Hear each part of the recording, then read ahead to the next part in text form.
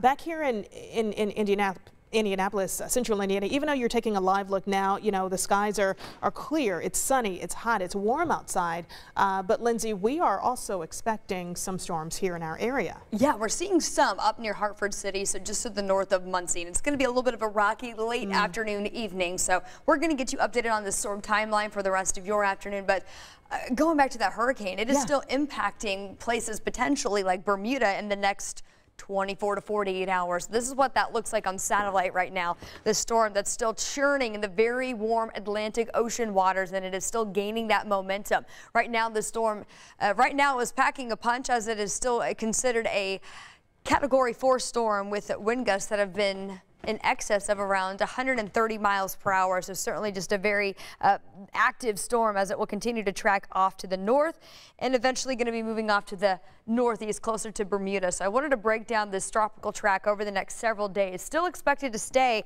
a Category 4 storm as it makes its way up, potentially even impacting places like Canada by the end of the week and into this next weekend. So we'll continue to track that storm system, as it looks like it's really going to avoid most of the U.S.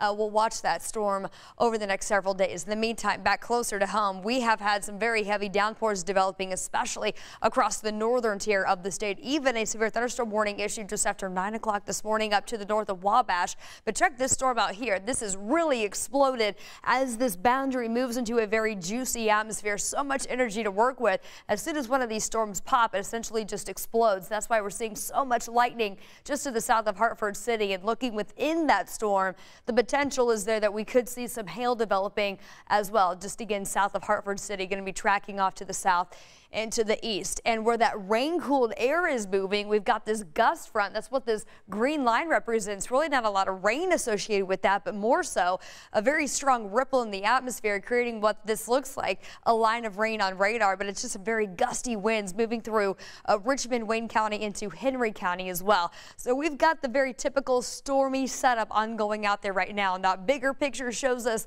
all of this still associated with a cold front that's yet to come through the state. It is still situated to our north. Look at the change, though, where that cold front's already gone through. Places like Milwaukee already dropping into the 70s. Des Moines, Iowa at 70 right now. That much cooler and drier air will be working its way in our direction, and we're going to feel that big time change come tomorrow. For today, though, not quite yet. Still on our way to 93 for a high as those storms become more active as the day plays out. In fact, the Storm Prediction Center actually increased that risk. This is a level 2 where you see this yellow for the potential of some isolated to scattered strong to severe storms today. So let's play all this out on FUTURETRAK between now and 4 p.m. An isolated storm still going to be possible as this line continues to develop through 7 o'clock tonight. Looks like this is going to continue to impact the metro and places south through about 9 p.m. before this severe threat comes to an end and everything clears back out during the overnight. So we're talking temperatures drastically dropping as the sky clears. 57 in Kokomo, 60 overnight, a very fall-like feel.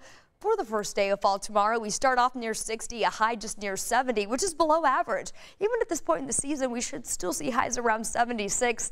Everybody stays below that. And then as we get into Friday morning, check this out. Overnight lows going to fall into the 40s. Friday by far will be the coolest day in the extended forecast with a high of just 66. We become more seasonal with highs back in the low to mid 70s this weekend.